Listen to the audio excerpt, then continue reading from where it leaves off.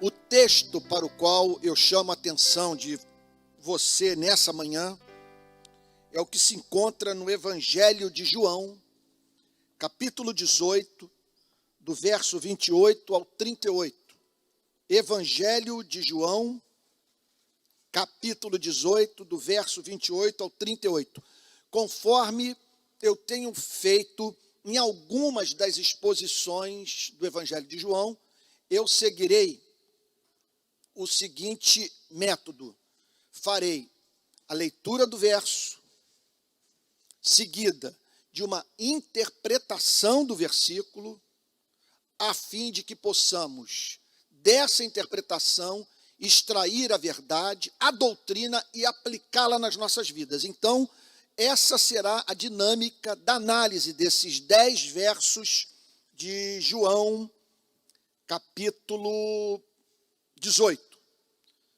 Verso 28 diz assim: depois levaram Jesus da casa de Caifás. Então o Senhor Jesus estava na sede do poder religioso do Israel do seu tempo. Ele estava na casa do sumo sacerdote, da autoridade máxima das instituições religiosas judaicas, do templo em Jerusalém. A fim, então, de ser encaminhado da casa de Caifás para o pretório, que era o lugar em Jerusalém onde Pilatos ficava quando para a cidade santa se dirigia. Era também a sede do poder militar em Jerusalém, pretório. Então está ali o Senhor Jesus, depois de ter passado pela casa do sumo sacerdote, no lugar onde ali ficava, em Jerusalém, o governador da província da Judéia, Pôncio Pilatos. Então diz assim a Bíblia: depois de levarem Jesus da casa de Caifás para o pretório, depois levaram Jesus da casa de Caifás para o pretório. Então o Senhor Jesus, no espaço de poucas horas, esteve perante o sumo sacerdote e a autoridade máxima da Judéia, que prestava contas ao imperador de Roma. Então, a relação da fé cristã desde os dias de Cristo e da vida do próprio Cristo nos dias da sua encarnação, a relação da igreja verdadeira, do reino dos céus, com essas duas instituições, sempre foi muito problemática. E aqui nós vemos, portanto, a necessidade imperiosa de jamais lidarmos com romantismo, repito, com as instituições religiosas, com o poder temporal, com o poder político. Observe que aqui há um conluio, há um pacto, há uma aliança entre o poder religioso e o poder temporal, com o objetivo de matar Jesus Cristo. Era cedo de manhã, então nós estamos aqui na manhã da sexta-feira, no dia no qual o Senhor Jesus foi morto. Então, era cedo de manhã. Eles não entraram no pretório para não se contaminar. Era o receio que o judeu tinha de, ao entrar num lugar habitado por gentios, ali ter contato com alguma coisa que o tornasse cerimonialmente impuro. Então, a coisa é ridícula do início ao fim. Você preste atenção no que a instituição religiosa pode fazer com a sua vida, com a minha vida. Aqueles homens quando chegaram no pretório, pararam a porta, recusaram-se a entrar num lugar considerado gentílico, fizeram com que Pilatos viesse à porta para recebê-los, isso em razão do medo de, na principal festa judaica, a Páscoa, que celebrava a libertação do Egito e que tinha como ritual central o sacrifício do cordeiro, pois essa é verdade que foi nos mais diferentes momentos da história de Israel proclamada pelos profetas, pelos sacerdotes, e a começar pelo próprio Moisés, que sem derramamento de sangue não há remissão de pecados. Nós vemos isso até mesmo antes de Moisés, a ideia de um sacrifício expiatório, propiciatório, a fim de que o ser humano pudesse ser objeto do favor divino, e isso em razão dos seus pecados. Então, gira em torno desse ritual toda a ideia de que o pecado tem que ser punido, mas que Deus, no seu amor gracioso, é capaz de imputar o pecado do homem a um outro, a um que o substitua e que, mediante o derramamento do seu sangue, pague pelo pecado cometido por aquele que se arrependeu e buscou a presença de Deus a fim de encontrar perdão. Então, nessa festa santa, ponto alto do calendário judaico, as autoridades religiosas de Israel recusam-se a entrar no pretório em razão do receio, repito, de ali terem contato com alguma coisa própria, que é inerente à vida do mundo gentio, que contaminasse aqueles hebreus. Mas o que é louco, o que é loucura completa nessa história? É que eles haviam trazido Jesus Cristo amarrado à presença de Pilatos. Pense nisso. Eles estão ali no complô para matar a Cristo e preocupados em não se contaminarem e, com isso, estarem impedidos de participar da Páscoa. Então, por isso que eu digo a você,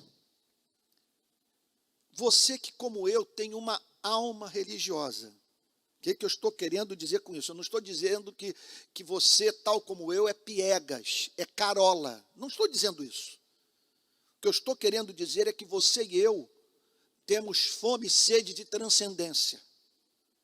E que nós amamos o local de culto, a companhia de pessoas que buscam a presença de Deus. Nós amamos a exposição da palavra de Deus. Nós temos prazer em estar nesse lugar que é chamado de casa do Senhor, embora seja errôneo chamar o templo de casa do Senhor, porque a casa do Senhor somos nós, a igreja do Deus vivo, homens e mulheres que se renderam a Deus através da vida da pessoa de nosso Senhor e Salvador Jesus Cristo, mas é nesse lugar que nós reputamos como o local que nós, homens, separamos para juntos buscarmos a presença de Deus, quer dizer, nesse local que nós tanto amamos. Nós passamos a frequentar e, assim, fazer parte de uma instituição religiosa que nos remete para o contato com uma cultura religiosa. E uma cultura religiosa que pode, eu não estou querendo dizer que isso ocorre inexoravelmente em todos os casos. O que eu estou querendo dizer é que essa cultura pode fazer com que sejamos capazes de coar mosquito e engolir camelo.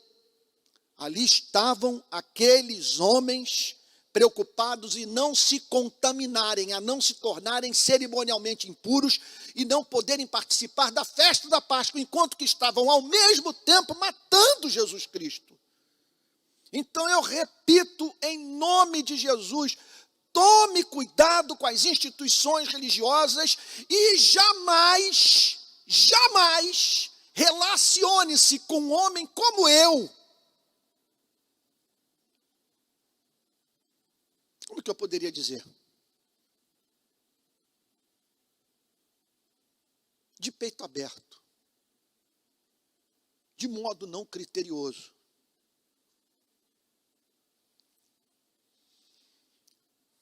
Sem esperar o mínimo de coerência de quem está à frente de uma instituição religiosa como essa. Por que eu digo isso? Se pegarmos os escritos do Antigo Testamento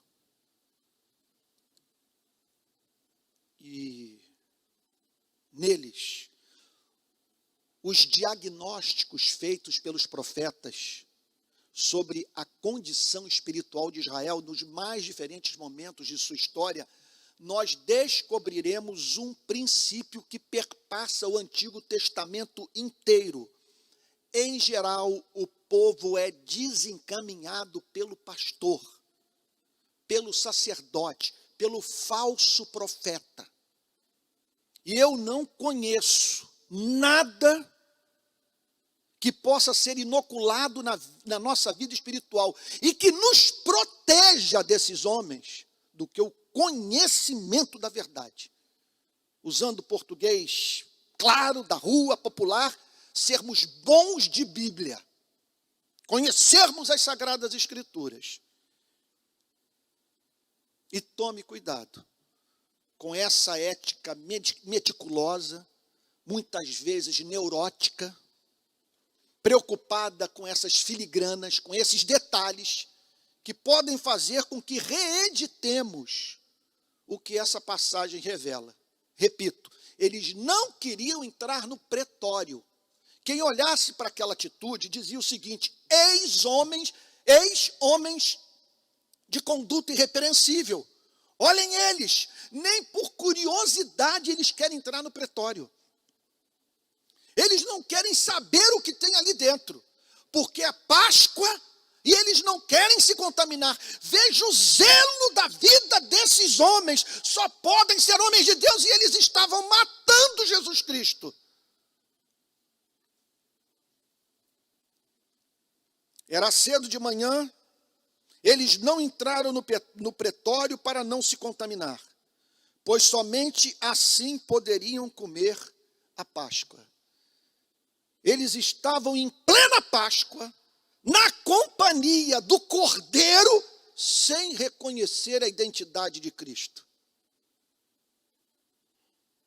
O verdadeiro Cordeiro, cujo sangue é o único que pode fazer expiação de pecados. Então Pilatos saiu para falar com eles. Pilatos, percebendo que por nada nessa vida eles entrariam no pretório.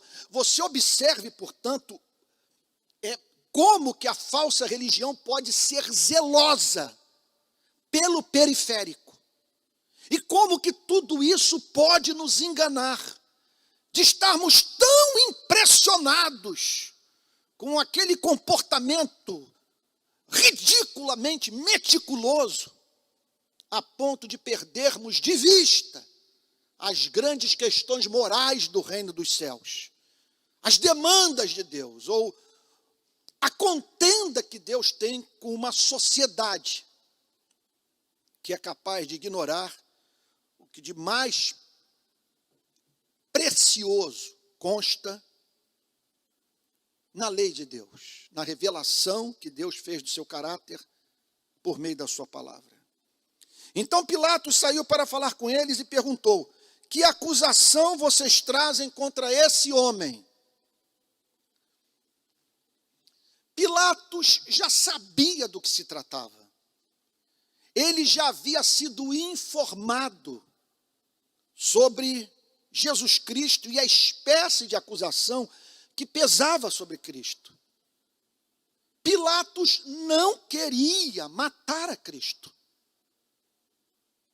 Isso torna-se evidente mediante a análise dos textos dos 4 evangelhos que descrevem a crucificação do Senhor Jesus.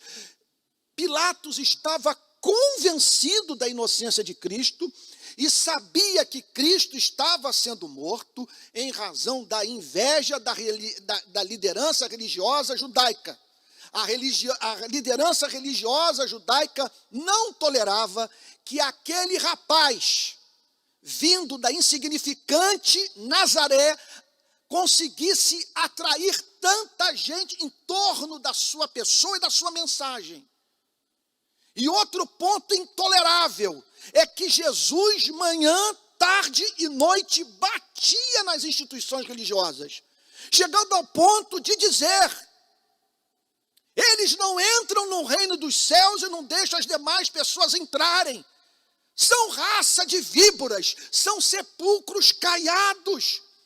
Eles colocam sobre os ombros dos homens fardos que eles mesmos nem com o dedo ousam tocar.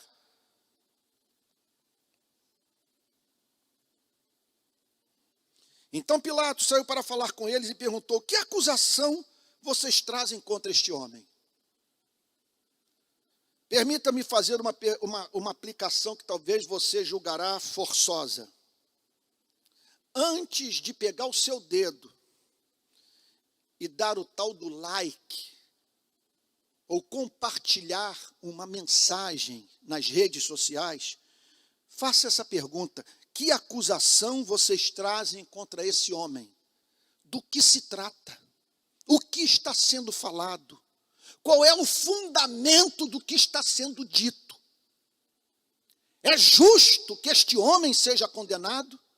Então Pilatos faz levanta uma questão central do ponto de vista das demandas da justiça verdadeira.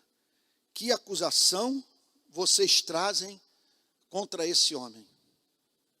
Por que que vocês querem que eu o mate? Eles responderam: se este não fosse malfeitor, eles demonstram irritação. Se este não fosse malfeitor, não o teríamos entregue ao Senhor. Eu conheço muito bem esse sentimento, porque esses homens, eles são tão bajulados, eles são tratados com tamanha reverência,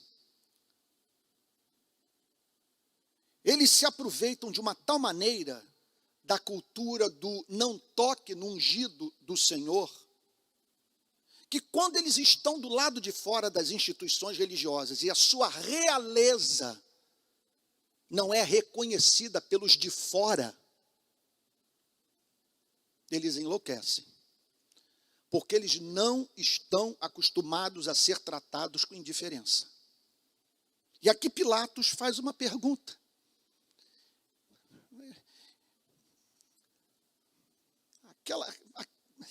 aqueles membros do Sinédrio, os anciãos, o próprio sumo sacerdote, não valiam nada. Malandramente procuram Pilatos, para trazer Pilatos para o jogo sujo. Só que Pilatos era uma águia. Ele não teria chegado ao posto, e um homem muito sanguinário, ele não teria chegado ao posto de governador da Judéia se não fosse sagaz.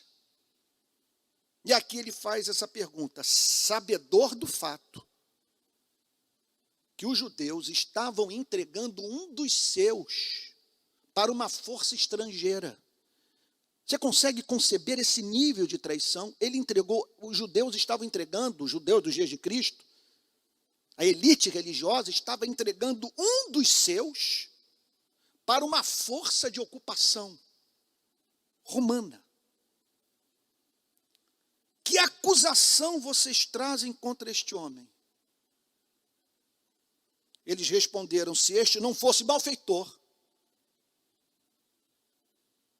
se ele não fosse alguém dedicado, olha, é muita hipocrisia, como se eles tivessem interesse pelo Império Romano.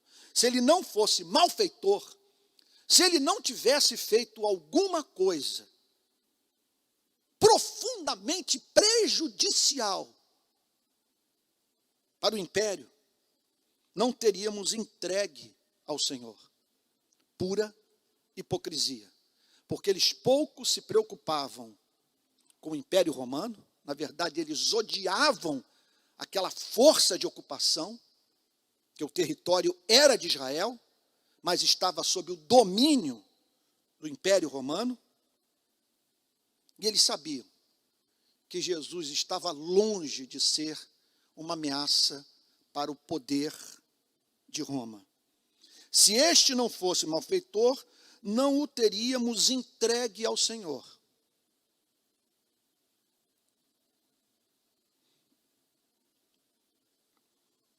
Olha, feliz a igreja que, quando vê esse conluio entre igreja e política, tem no seu seio profetas capazes de erguer a voz e dizer: tire o nome de Deus dessa orgia. Então Pilatos disse: levem-no daqui, tirem ele da minha presença, porque ele não queria matar a Jesus Cristo. Repito, ele sabia da inocência do Senhor Jesus. Levem-no daqui e julguem-no segundo a lei de vocês. Imagine só, Pilatos, que não fazia parte da comunidade da aliança, alheio, portanto, à aliança de Deus com o seu povo. Gente, como é que fica a cabeça de uma pessoa como essa? Que quando olha para os representantes da considerada religião verdadeira e vê homens defendendo o que é inferior à ética pagã. Levem-no daqui, julguem segundo a lei de vocês. Vocês têm uma lei que eu ignoro, com a qual eu não me preocupo, que não faz o mínimo sentido para a minha vida. É a lei de vocês. Mas lei cretina, que faz com que vocês se sintam livres para matar o inocente. Que lei é essa que vocês não dão direito de defesa a um cidadão? Que lei é essa que arma a instituição religiosa? Que lei é essa que prescreve pena de morte para inocente?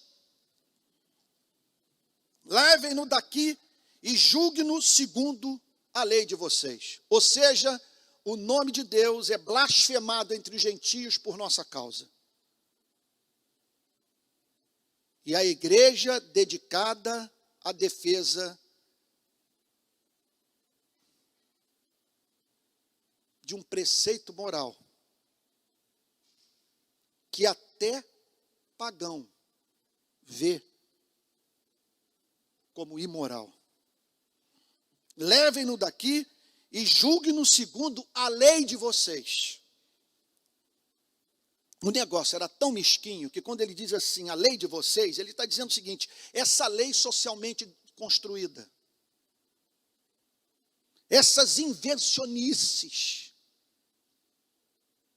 da cultura religiosa judaica, levem-no e julguem-no segundo a lei de vocês.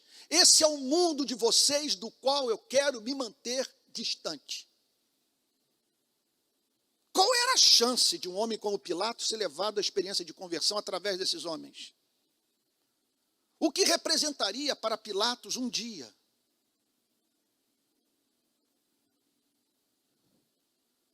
se aproximar do templo e ver um homem como esse, conduzindo uma multidão para o momento da adoração?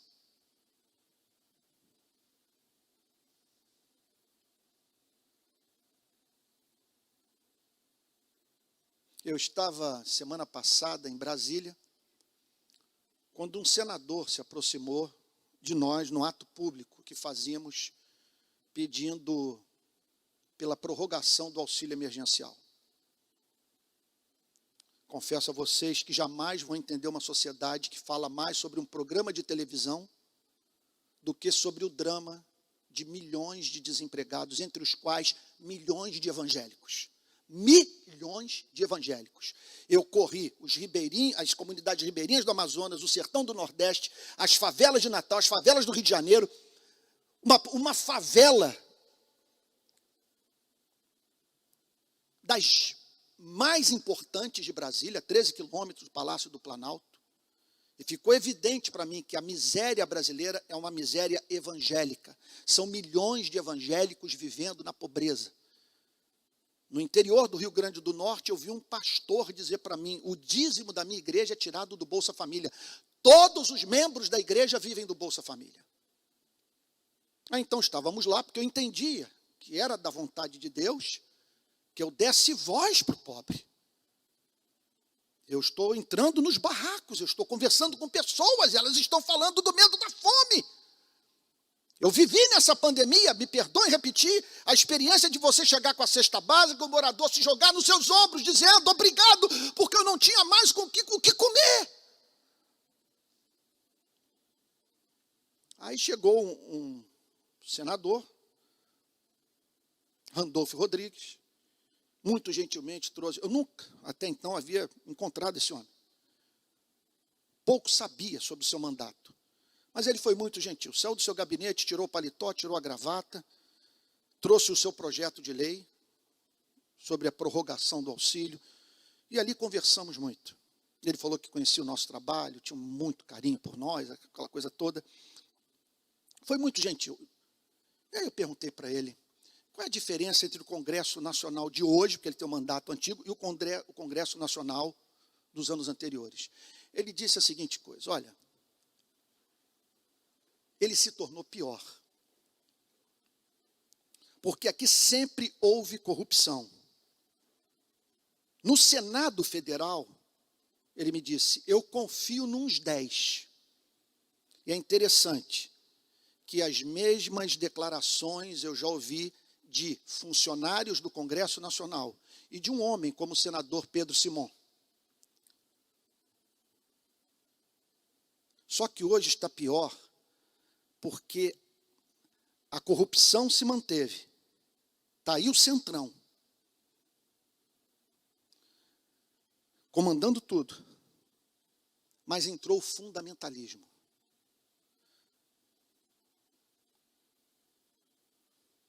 Hoje nós temos um Congresso fundamentalista.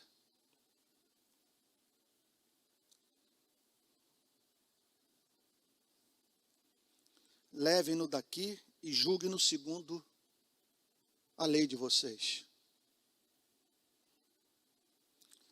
Ao que os judeus responderam: não nos é lícito matar ninguém. Ou seja, aqui nós nos deparamos com a instituição religiosa lamentando o fato de não poder prescrever a pena capital. O que eles estão dizendo aqui é o seguinte: desde que vocês ocuparam Israel, desde que politicamente nós nos tornamos vassalos do Império Romano, foi instituído que nós, judeus, não podemos matar ninguém. Nós não temos autoridade de matar pessoas. Então, quando nós queremos dar cabo da vida de alguém, você imagina, essa conversa está no lábio do sinédrio, está na boca do sumo sacerdote, dos que estavam escrevendo livros, falando em congressos, e suas mensagens sendo consumidas nas redes sociais. O que eles estão dizendo é o seguinte: nós perdemos autoridade para matar. Não nos é lícito matar ninguém.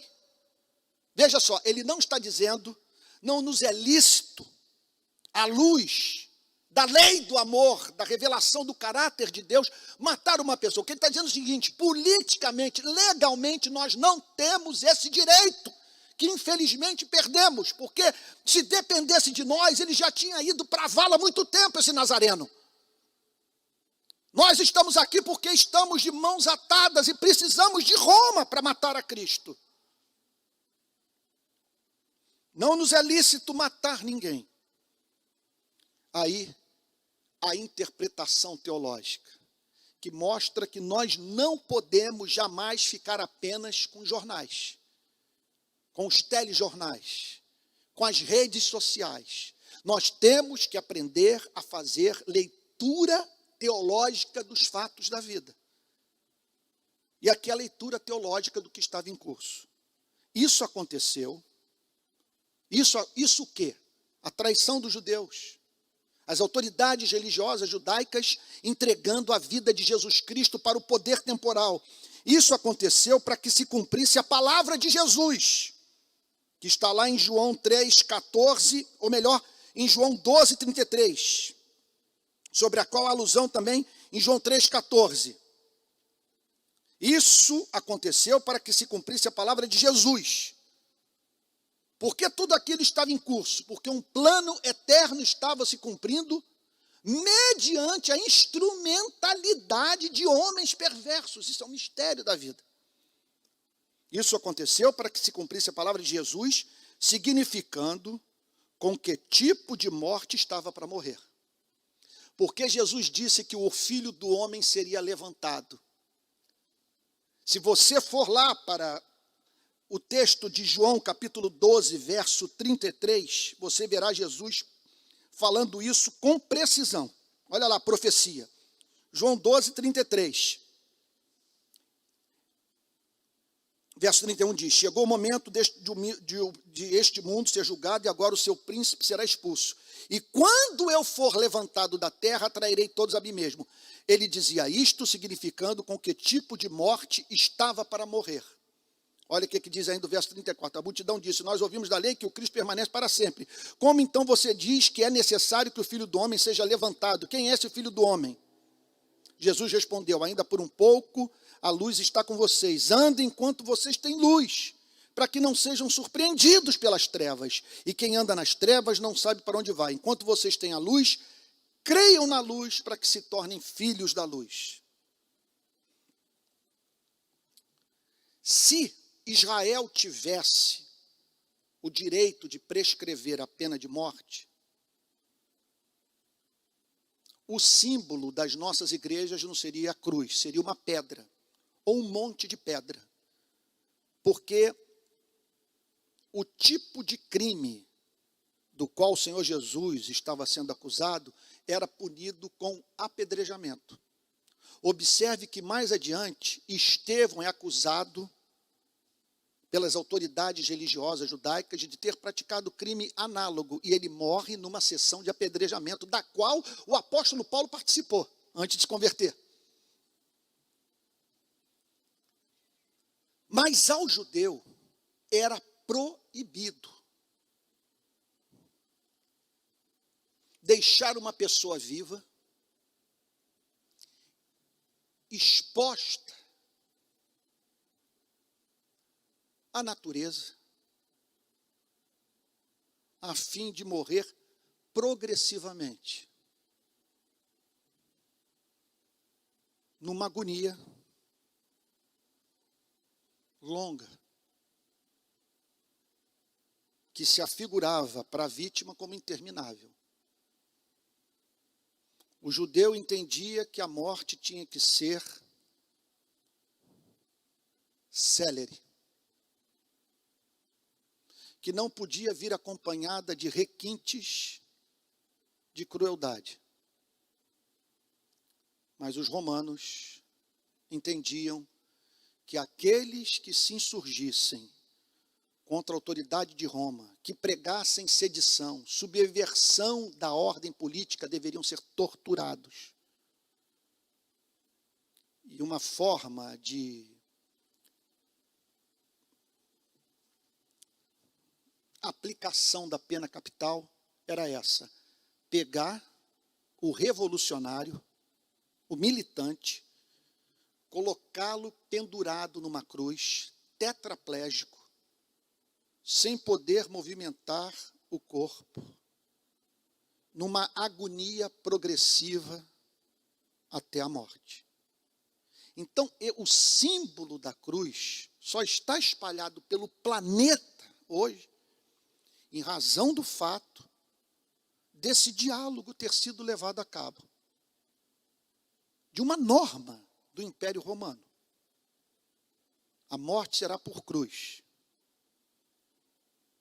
impedindo assim o judeu de matar de qualquer maneira, e em especial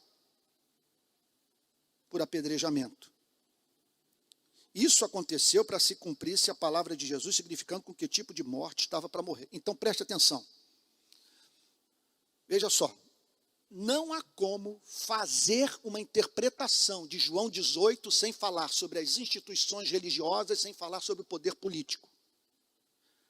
Contudo, é manifestação de infidelidade a intenção original do autor desse capítulo descrever essa morte como um mero acontecimento político. E o que eu mais vejo são cristãos simpatizantes por aquilo que poderíamos chamar de pensamento de esquerda, politizar a crucificação e perder de vista o fato que Jesus não foi apenas um prisioneiro político condenado injustamente pelo Império Romano e traído pela liderança religiosa judaica do seu tempo. Ele foi o cordeiro morto pelos nossos pecados. A intenção precípua de João, nessa passagem, é destacar o fato que Deus reinava sobre todos os acontecimentos. E que o que aconteceu ocorreu de acordo com um propósito divino, pois era necessário que um da espécie humana morresse pelos pecados do homem. E então isso aconteceu para que se cumprisse a palavra de Jesus, significando com que tipo de morte estava para morrer. Qual tipo de morte? Aquela em que a vítima é levantada, é posta no madeiro, fica exposta ao tempo, até a morte horrorosa. Isso aconteceu para que se cumprisse a palavra de Jesus, significando com que tipo de morte estava para morrer. Verso 33. Pilatos entrou novamente no pretório. Aí Pilatos entra no pretório. Ele vira as costas para as autoridades judaicas e chama Jesus para entrar com ele no pretório. E aí faz a pergunta das perguntas: você é o rei dos judeus?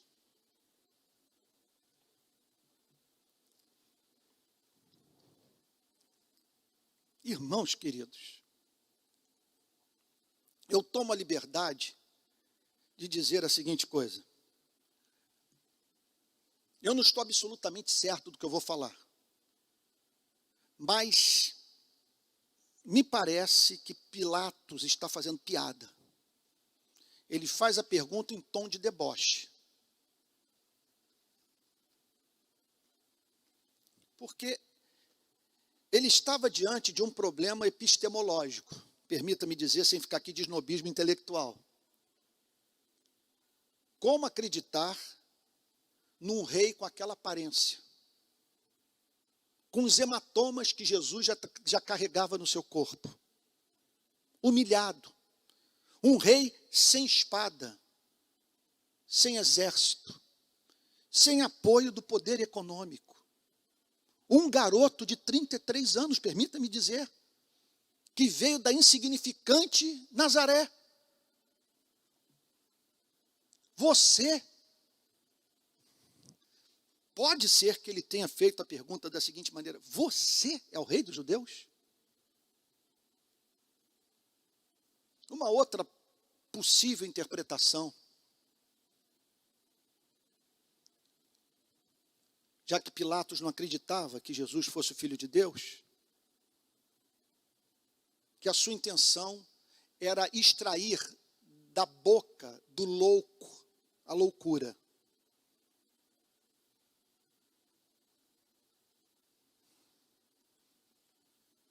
Você é o rei dos judeus?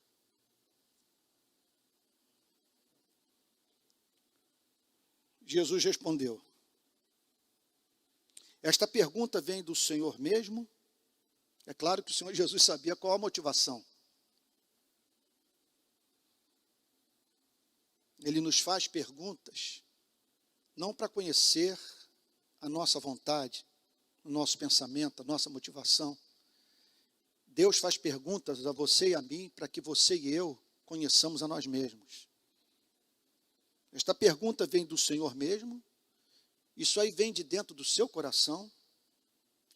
Isso é resultado do seu interesse pela verdade, do desejo concreto de me conhecer.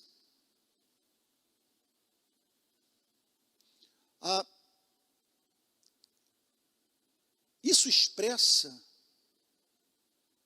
a sua dúvida quanto ao que foi falado. Você de fato acredita que é minha intenção unir Israel para do nosso território expulsar os romanos? Ou foram outros que lhe falaram a meu respeito?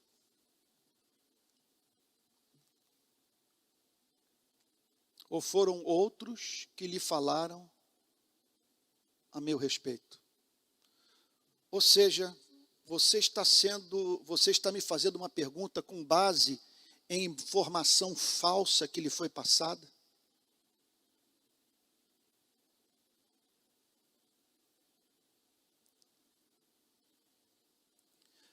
Permita-me dizer uma coisa, e conto com toda a sua compreensão, e eu acredito que eu poderei contar com a sua compreensão se você se colocar na minha pele. Eu não me lembro na minha vida de lidar com tanta gente capaz de fazer acusações ao meu respeito sem nunca ter parado para conversar comigo, para conhecer as minhas motivações, as minhas intenções. E muitas vezes o que eu sei e não posso tornar público.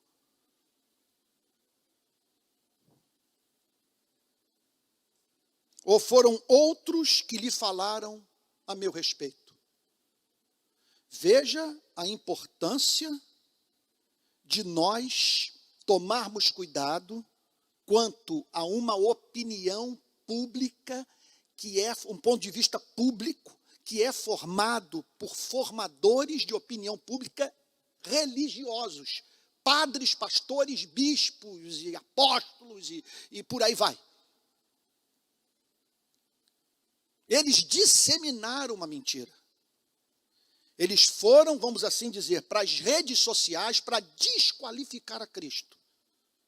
Porque a pregação de Cristo solapava os fundamentos daquele governo religioso iníquo, baseado na iniquidade. Pilatos respondeu: por acaso sou judeu? Quer dizer, você por acaso acha que eu estou preocupado com o que preocupa o seu povo, a sua gente? A sua própria gente e os principais pastores. A sua própria gente e os principais sacerdotes é que o entregaram a mim. Você está entendendo o ponto? É como se fosse assim, na guerra, um americano entregando um soldado americano para as tropas de Hitler. Uma coisa louca. Eles entregaram um dos seus, e aqui está Pilatos, perplexo, dizendo, a sua própria gente. O pessoal que tem o seu sangue. E os principais sacerdotes, aqueles que deveriam cuidar da sua vida, como o pastor cuida do seu rebanho, os principais sacerdotes, é que o entregaram a mim. Foi o seu povo que o entregou para que você seja morto por mim. Por isso que o Martin Lloyd Jones diz, repito, já disse isso aqui em outras ocasiões, historicamente o principal adversário do Evangelho de Jesus Cristo, do Reino de Cristo, é a igreja. A sua própria gente é que entregou você a mim. O que foi que você fez? Essa é a pergunta. O que foi que você fez?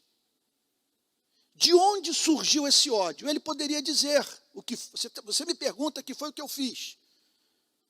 Bom, o que eu fiz? Eu fiz paralítico andar, dei vista aos cegos, expeli demônios, abracei pessoas ignoradas, alimentei os famintos, enxuguei as lágrimas dos abatidos de coração. Não tenho dinheiro, não sou rico, não estou ligado a nenhum império econômico, não tenho apoio político de nenhuma nação, ando pelas ruas dependendo de oferta de mulheres que me servem, é uma esmola aqui e outra ali que me permite manter a mim e os meus amigos, e ainda ajudar os famintos que nós encontramos pelo caminho. O que é que eu fiz? Eu te respondo, eu disse que bem-aventurados são os humildes de espírito, porque deles é o reino de Deus, que os que choram são felizes porque terão suas lágrimas enxugadas pelo próprio Deus, e que os mansos herdarão a terra, e que os misericordiosos, os que olharem para uma nação faminta, os que visitarem uma favela e se perturbarem, e tratarem o necessitado com misericórdia, serão objeto da misericórdia de Jeová. Foi isso que eu fiz, foi isso que eu ensinei, essa é a vida que eu vivi. Não há rastro de sangue por onde passamos. Eu, os meus amigos, não temos feito outra coisa que não seja ensinar o princípio do amor. Que foi que você fez? Jesus poderia ter dito, o que foi que eu fiz? Foi dizer que as instituições religiosas encontram-se falidas, que não há profecia, que na Páscoa, por ódio, inveja, ressentimento, eles estão matando o Filho de Deus. Que foi que você fez? Jesus respondeu. Aí a resposta imortal de Jesus. Que coisa linda, meu Deus. O meu reino não é deste mundo. É como se ele dissesse assim, olhe para a França,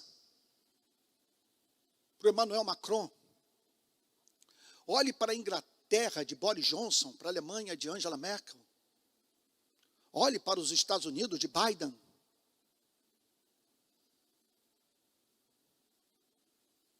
O meu reino não tem relação com o modo, as motivações e os princípios que regem a relação dessas autoridades públicas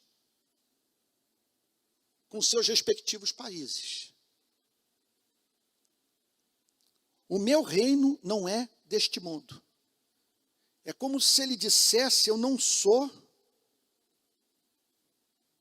um outro Alexandre Magno. Eu não vim para subjugar nações,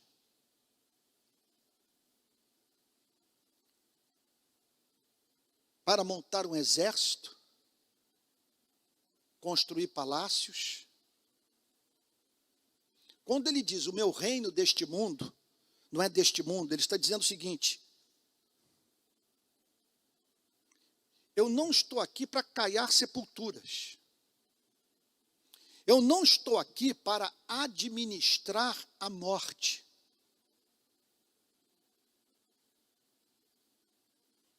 Meu reino não é deste mundo. Eu não estou aqui para entreter pessoas durante esses 80 anos de vida que os seres humanos têm, que passam como um sonho.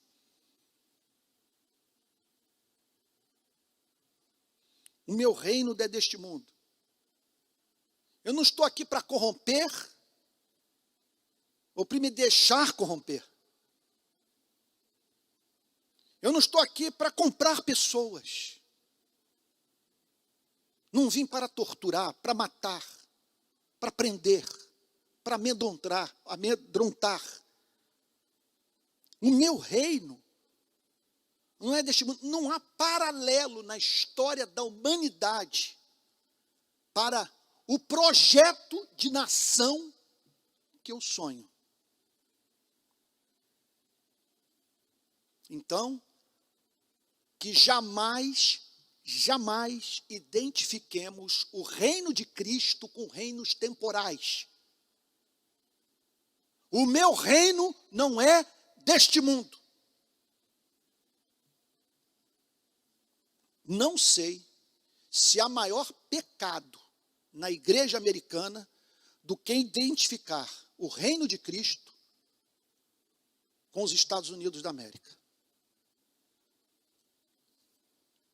Não há a mínima dúvida que o cristianismo está em decadência nos Estados Unidos, com milhões de jovens abandonando as igrejas em razão dessa aliança espúria. Meu reino não é deste mundo.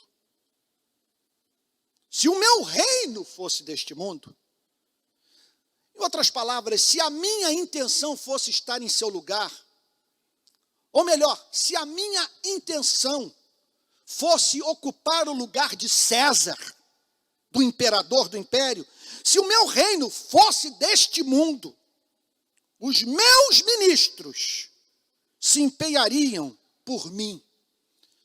Vocês iriam desenvolver tumores no corpo. Eu faria a terra se abrir para engolir vocês com toda a sua maldade. Judas não se atreveria a me beijar e me entregar para o meu próprio povo. Se o meu reino fosse deste mundo, os meus ministros, os meus anjos, o mundo espiritual, que serve ao Criador, os meus anjos se empenhariam por mim, trabalhariam para mim, para que eu não fosse entregue aos judeus. Eles não teriam nem ensaiado, não teriam dado o primeiro passo. Agora, é impressionante o que o Senhor Jesus está dizendo. Gente, isso aqui é altissimamente complexo, teologicamente falando. Porque ele está dizendo o seguinte, que Deus tem poder para acabar com tudo. Que se fosse da vontade de Deus, ele daria fim a todos líderes religiosos que usam o nome de Deus em vão. E a todos os políticos que não se comportam como pastores dos povos que lhes estão sujeitos, que ignoram a dor do homem e da mulher, que tratam com indiferença o sofrimento do pobre. Se meu reino fosse deste mundo, os meus ministros se empenhariam por mim, para que eu não fosse entregue aos judeus. Ou seja,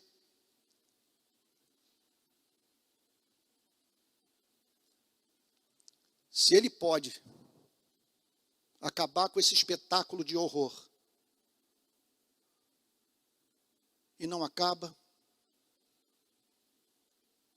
é que há um propósito.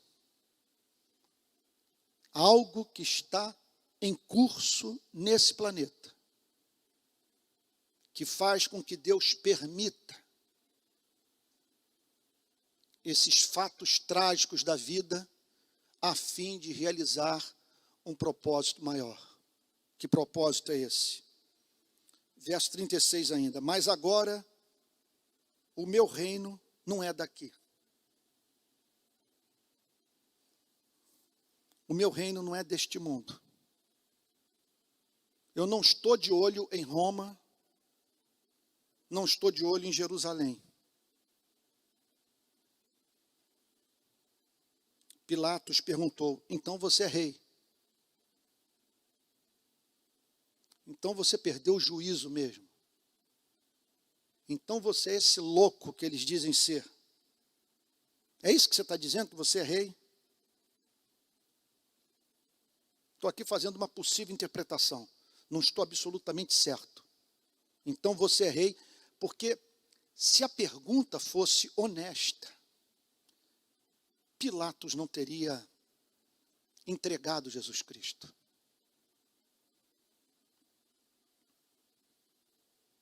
Então você é rei? Eu diria o seguinte, que essa é a pergunta que todo ser humano deveria fazer. E a busca pela obtenção de resposta para essa questão deveria se constituir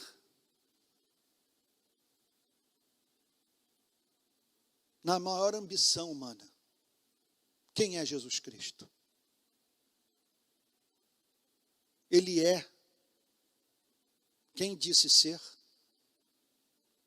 Ele é o rei do universo, porque não temos escolha. Ou caímos de joelhos diante dele, e como súditos depositamos as nossas coroas aos seus pés, ou nós o temos como um falso profeta, ou até mesmo um doente.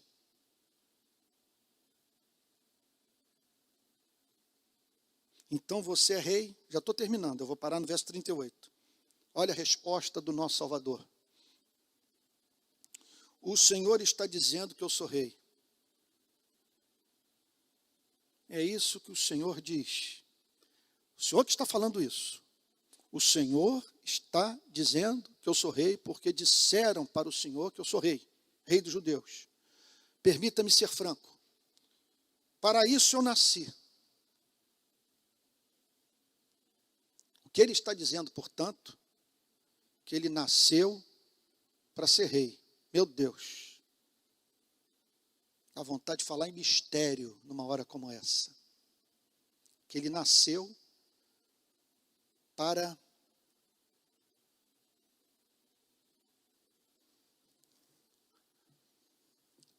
montar as bases de um país, de um reino. Que ele veio para formar a sua igreja. Porque o texto diz, para isso eu nasci. Nasci para quê? Para ser rei. Eu nasci para ter homens e mulheres sujeitos a mim, para exercer governo sobre seres humanos, mas governo que liberta, governo que emancipa, governo cujo rei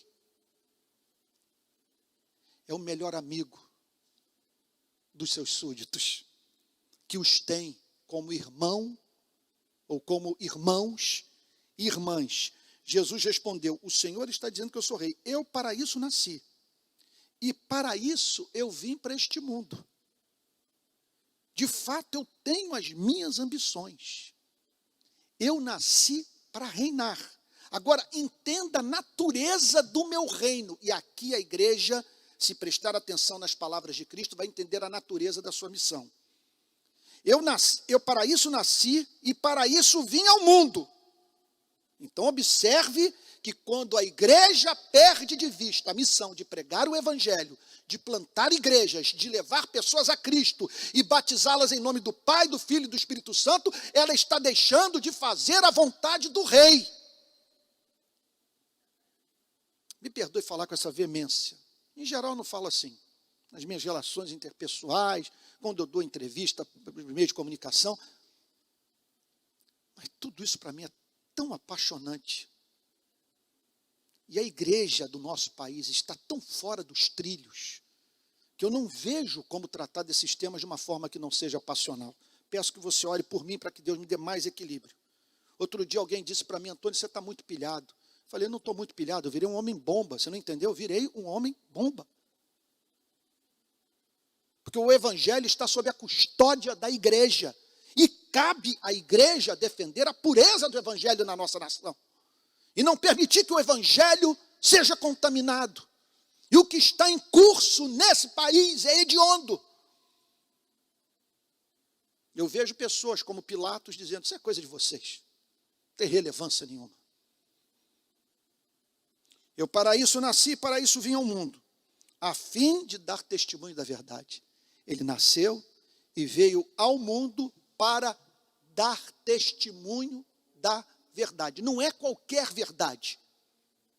É bem verdade que Jesus está associado a toda e qualquer espécie de verdade.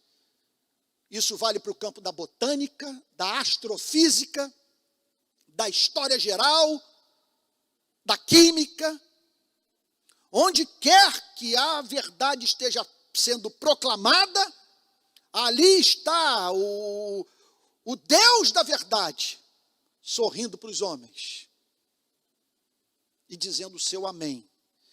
Mas sem a mínima dúvida, quando Jesus fala sobre eu para isso nasci, para isso vim ao mundo, a fim de dar testemunho da verdade, ele está falando daquelas verdades básicas que a humanidade precisa conhecer a fim de sair do buraco em que se encontra. Que verdades são essas? Que o mundo tem um Criador, que o Criador fez o homem à sua imagem e semelhança. E presta atenção para quem diz que o evangelho não é pregado nessa igreja. Estou mais uma vez aqui pregando o evangelho e dizendo que esse mundo tem um Criador e que ele fez o homem à sua imagem e semelhança. E contudo os seres humanos se afastaram de Deus, entraram em rebelião contra o rei. Passaram a matar uns aos outros e tratar com indiferença o rei do universo. Só que o rei continua amando aqueles que criou. Portanto, enviou o seu único filho para salvar os rebeldes, mas os rebeldes mataram o seu único filho. Mas ao matarem o seu único filho, os rebeldes, inconscientemente, mataram o autor da vida, o príncipe da paz, o Cordeiro de Deus, e assim possibilitaram a sua própria salvação. Ou seja, nós somos salvos mediante o assassinato que nós praticamos. O nosso maior pecado, que foi matar o Filho de Deus, possibilitou a sua e a minha redenção. Eu para isso nasci, para isso vim ao mundo, a fim de dar testemunho da verdade. Que o Rei do Universo hoje pede que os seres humanos se arrependam e creiam. Porque vai chegar um dia em que os mortos e os vivos terão que prestar contas das suas ações ao Deus que é santo, santo, santo. Jesus veio para isso, para dar testemunho dessa verdade. Não é qualquer verdade. Então observe que quando a igreja deixa de pregar o evangelho, ela deixa de ser evangélica. Eu vim para dar testemunho da verdade. Agora, no mundo em rebelião, com pessoas cegas, mortas nos seus delitos e pecados, no mundo de fake news, no mundo em que as nossas paixões políticas, as nossas preferências ideológicas contaminam todas as leituras que fazemos dos fatos, em que não conseguimos falar sobre o que quer que seja sem pensarmos nos nossos interesses pessoais. Como que uma pessoa pode conhecer a verdade? Olha o que ele diz. Todo aquele que é da verdade, ouve a minha voz. Meu Deus, eu acho que eu cometi o erro de não ter dado exclusividade para esse versículo numa das minhas exposições bíblicas e ficar só nele. Porque o que Jesus está dizendo é o seguinte, preste atenção, por favor. Talvez de tudo que eu falei até agora é o mais importante. O que Jesus está dizendo é que a verdade existe. O que é a verdade? Verdade é o que explica a vida. A verdade é aquilo que, quando ganha a mente e o coração do homem, coloca o homem em contato com o mundo real. O mundo real. E o que é o mundo real? O mundo real, entre outras coisas, é o mundo do Deus Criador, que rege o universo para a glória do seu nome. É o mundo do Deus que divisa as ações humanas, que tem consciência com que nós fazemos, que tem consciência daquilo que nós fazemos uns com os outros. Esse é o mundo real. Mundo real, mundo da verdade. Então o que Jesus está dizendo é que a verdade existe. Que verdade? Que Deus enviou seu Filho para morrer por nós. Que nós temos que depor armas, que nós temos que abrir mão da rebelião, que nós temos que nos reconciliar com o Rei do Universo, tem que pegar o fuzil, botar no chão e dizer, eu me entrego, eu sou teu, quero viver para a glória do seu nome, não aguento mais matar, não aguento mais mentir, não aguento mais ser enganado, quero viver para o seu louvor. A verdade, Jesus está dizendo que a verdade existe. Agora, para que o homem conheça a verdade, tem que haver uma correspondência entre o homem e a verdade. O que Jesus está dizendo é que nem todos os seres humanos conseguirão enxergar a verdade. Porque, repito, tem que haver essa correspondência, a ponto dele dizer, todo aquele que é da verdade, ouve a minha voz. Quem é da verdade, quem ama a verdade, quem tem anseio da verdade, quem estabeleceu a verdade como vetor intelectual, vetor da alma, da vida, acima de preferência político-partidária, de inclinação ideológica, do interesse próprio. Quem ama a verdade, quem deseja a verdade, quem se regozija com a verdade, quem fica do lado da verdade contra si mesmo, ouve a voz de Deus na minha pregação. Ou seja, o que ele está dizendo é que se o Espírito Santo não regenerar o homem, jamais o homem conhecerá a verdade. Não depende de neurônio. Ter uma graduação na Harvard ou ser analfabeto faz diferença. É uma obra do Espírito, é uma nova natureza. É o cego que passa a ver, é o surdo que passa a ouvir. É o coração de pedra que é transformado em coração de carne. Todo aquele que é da verdade ouve a minha voz. E aqui então nós entendemos o que se trata do reino de Deus. Sobre o que Jesus está falando, meu reino não é deste mundo. Sobre que espécie de reino ele está falando? O que ele está dizendo é que o seu reino, meu Deus, isso é muito santo. Eu temo que pelo fato da mensagem ser muito longa, você esteja quase se desconectando e não prestando atenção no que eu tenho para falar. O que eu tenho para falar agora é muito importante. Eu para isso nasci e para isso vim ao mundo, a fim de dar testemunho da verdade. Ele diz, eu tenho um reino, mas o meu reino não é desse mundo. Que é o seu reino? É a relação que ele mantém com homens e mulheres nesse planeta, que foram tangidos pela verdade, que conheceram a verdade, que amam a verdade, que têm sua vida regulada pela verdade, ainda que a verdade o contrarie, ou os contrariem. O que ele diz, portanto, que ele veio no propósito de pregar a verdade, a fim de que homens e mulheres, ao conhecerem a verdade, se tornassem súditos do seu reino. E de um reino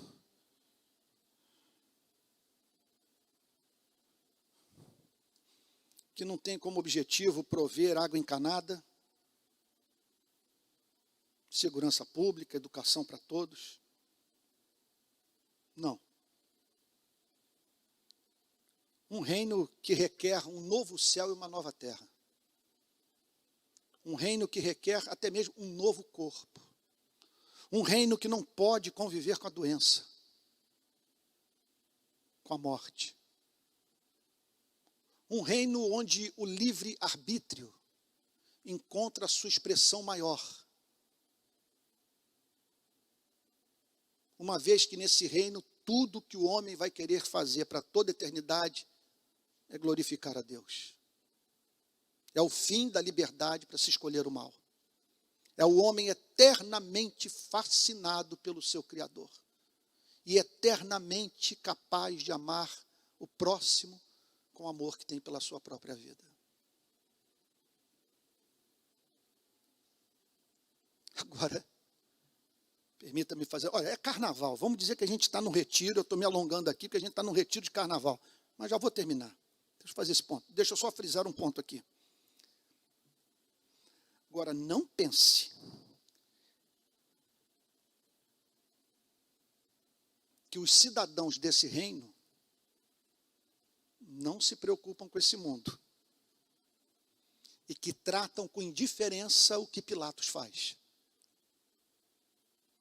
Porque quando ele diz que os cidadãos desse reino conheceram a verdade, o que Jesus está dizendo é que os cidadãos desse reino conheceram aquela espécie de verdade relacionada a Deus e o seu caráter e a santidade da vida humana. Eu diria o seguinte, que se eu sou uma autoridade pública que tem pretensões políticas totalitárias, eu colocaria um agente secreto em cada igreja verdadeira. Eu grampearia o telefone do pastor. Eu não faria essa igreja sair do radar das minhas preocupações políticas. Porque onde quer que a verdade de Cristo seja estabelecida no espírito dos cidadãos do reino de Cristo, ali você encontrará pessoas perturbadas com a injustiça. Pessoas que não conseguirão conviver com a fome, com a tortura, com prisões arbitrárias, com desigualdade de oportunidade de vida. Pessoas que, portanto, marcharão com Martin Luther King, lutando pelos direitos do seu povo. Pessoas que se juntarão ao Wilberforce no parlamento, para que o regime da escravidão chegue ao fim. Pessoas que vão anelar com educação para todos, com saneamento básico, com vida digna, porque são portadoras da mensagem de Jesus Cristo, porque conheceram a verdade. Portanto, por serem do reino de Cristo, elas mantêm uma relação de desapego com esse planeta, porque os seus afetos estão na Nova Jerusalém, mas porque foram tangidas pela verdade, elas se angustiam com a antiverdade, com aquilo que leva a igreja a acreditar que Deus não se preocupa com o sertão, que Deus não se preocupa com a África, que Deus não se preocupa com 63 milhões de brasileiros vivendo com R$544 por mês, com 27 milhões de brasileiros vivendo com R$157 por mês.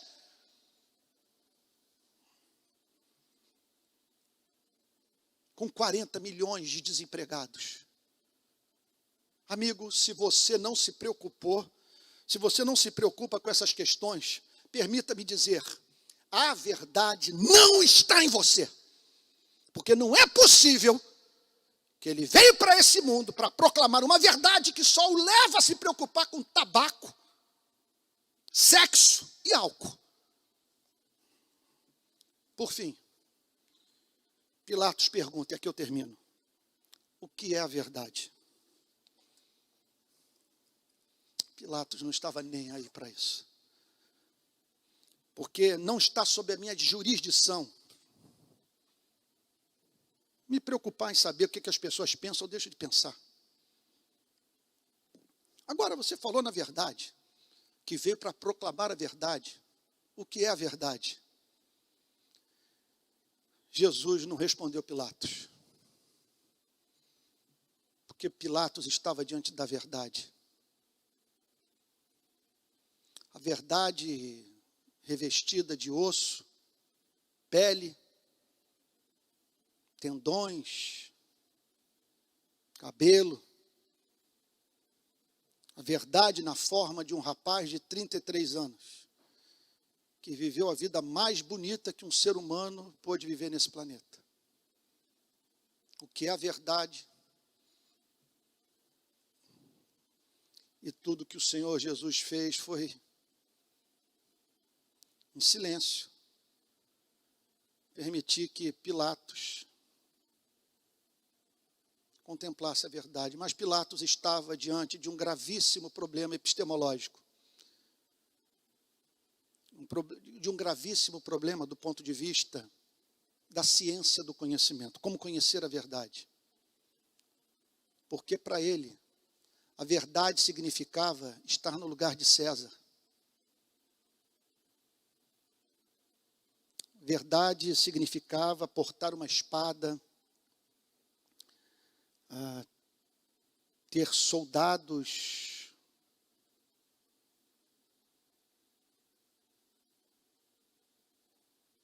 submissos ao imperador, e que a verdade jamais poderia estar nos lábios de alguém tão pobre, tão desprezado, em aquela altura ferido pela sessão de tortura que passou nas mãos dos policiais do templo, que a mando do sacerdote espancaram Jesus. Irmãos, quem tem ouvidos para ouvir, ouça. Nesses dias em que a igreja do nosso país trabalha duro para afastar o Espírito Santo do Brasil e permitir que as trevas reinem na nossa nação, que mais do que nunca afirmemos: o reino de Cristo não é desse mundo e não pode ser identificado com partidos políticos, com nenhuma autoridade pública. E nós servimos a esse reino. E todas as nossas preocupações políticas, ideológicas, mantêm relação de subserviência ao reino de Cristo e à verdade que habita no nosso coração. Pai Santo,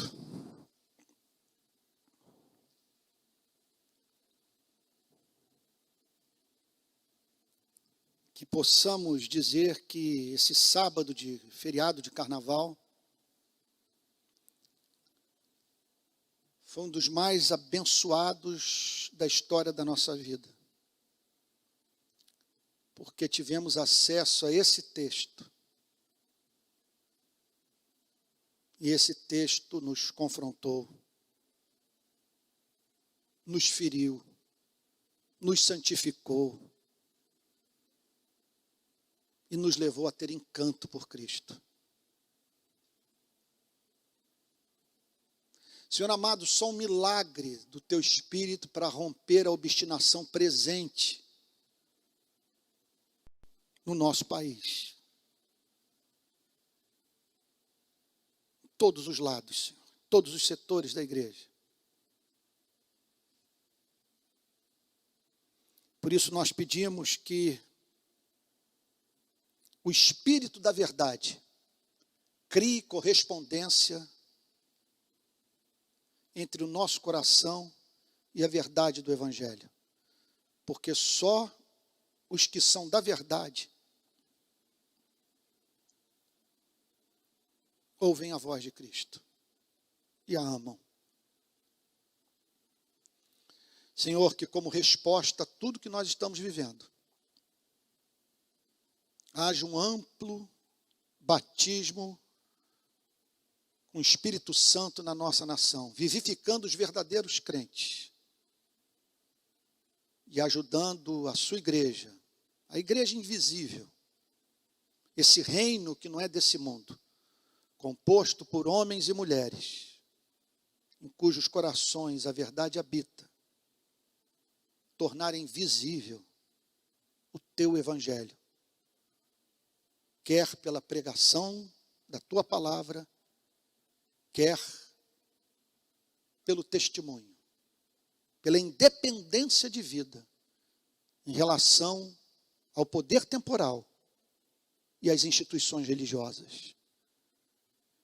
Que tu nos ajudes a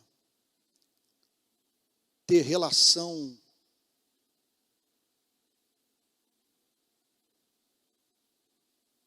sem reservas,